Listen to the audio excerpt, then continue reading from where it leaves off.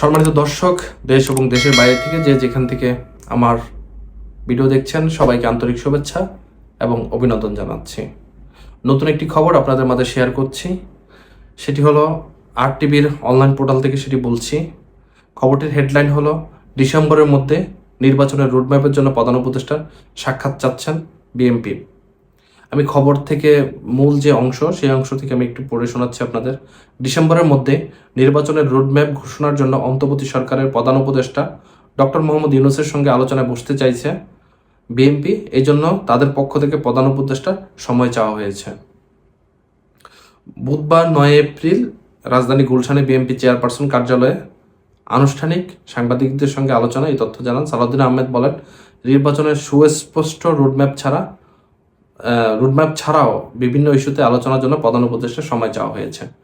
তার মানে বিএনপির পক্ষ থেকে প্রধান উপদেষ্টার সঙ্গে আলোচনায় বসতে চাচ্ছে বিএনপির যে সদস্যরা আছেন এবং বিএনপির যে নেতৃস্থানীয় লোকজন আছেন, তারা বসতে যাচ্ছেন। আমরা রোজার আগেই এই বিষয়টা নিয়ে অনেকবার কথা বলেছি এবং বিএনপি অনেকবার এই বিষয়টা নিয়ে জোরালো চাপ দিচ্ছেন যে নির্বাচন একটা সুস্পষ্ট ধারণা চাচ্ছেন। এবং সরকারের পক্ষ থেকে কিন্তু অনেকবার বলা হয়েছে যে ডিসেম্বর এবং 26 সালের যে জুন মাসের মাঝামাঝি একটা সময় নির্বাচন সরকার দিবে। তো সরকারের পক্ষ থেকে হয়তো এক্সাক্ট কোনো টাইম বলা হয় নাই, কিন্তু সরকার একটা ধারণা দিয়েছে। তো সরকারের উপর যে দায়িত্ব আছে বা জনগণ যে সরকারের উপর যে দায়িত্ব দিয়েছে, তো সেই দায়িত্বের থেকে যদি সরে এসে সরকার যদি নির্বাচনের দিকে যায়, তাহলে সেটা আসলে দেশের জন্য অতটা মঙ্গলকর হবে বলে আমি মনে করি না। দেখুন, 5ই আগস্ট হয়েছিল কিন্তু দেশটাকে পুনঃ গঠনের জন্য, দেশটাকে নতুন করে তৈরি করার জন্য কিন্তু এই 5 আগস্ট তৈরি হয়েছিল।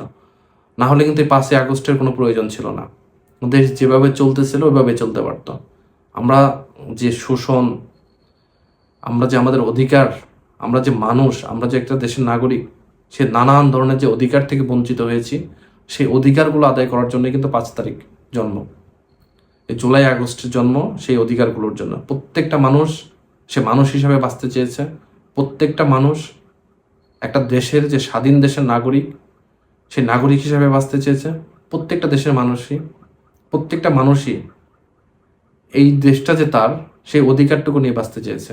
সম্মানের সাথে এই দেশটা নিরাপদে বসবাস করার জন্য আন্দোলন করেছে এবং এই জুলাই আগস্ট এবং অবশেষে যে ফেসিবাদের পতন, সেটা কিন্তু সম্ভব হয়েছে।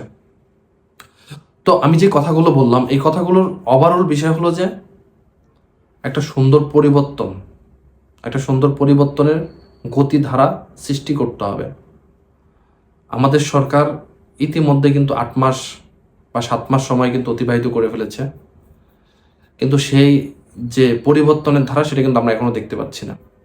কথা হচ্ছে যে পরিবর্তনের ধারায় অগ্রসর হচ্ছে, কিন্তু এই সরকার যদি ব্যর্থ হয়, তাহলে কোনো নির্বাচিত সরকার এসে কিন্তু এই ধারাটা তৈরি করতে পারবে না। আমি বিএনপির প্রতি সম্মান রেখে বলতে পারি, বিএনপি সব নেতা খারাপ না, কিন্তু বিএনপির অধিকাংশ রুট লেভেলের নেতৃকর্ম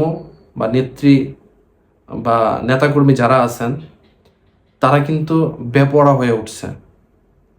চাঁদাবাজি, টেন্ডারবাজি, রাস্তা দখল, বাজার দখল, নানান দখলদারিত্ব এবং চাঁদাবাজিতে মেতে উঠছেন। বিএনপির হাইকমান্ড থেকে যদি বারবার বলা হচ্ছে যে এইগুলো বন্ধ করার জন্য, কিন্তু সেগুলো হচ্ছে না।